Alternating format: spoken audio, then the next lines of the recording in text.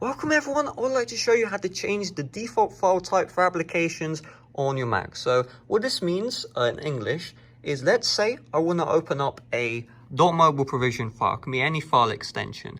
By default, Apple will load this inside of Xcode. Now the problem is Xcode cannot open up this application, so it's a bit dumb. However, by the end of this video, when I click on this mobile provision file, and this will apply to any file on my Mac, it's going to open up into the text editor. So with that being said, I'll make sure to leave a like and let's get started. So first things first, we want to right click on the file. We're going to find get info right here. And so I'm going to hide the preview.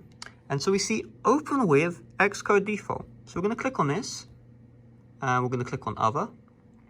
And we're going to choose an application we want. So it's going to put you into the applications.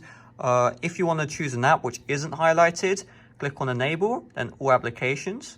So now all apps are enabled. So we're going to click on text edit, add, and now you can see this file will be opened with the text edit. But here's the issue. If I have another mobile provision, that's not going to be opened up with the text editor. That's still going to be opened up with Xcode. So if you want to change all the files, just click on change all right here.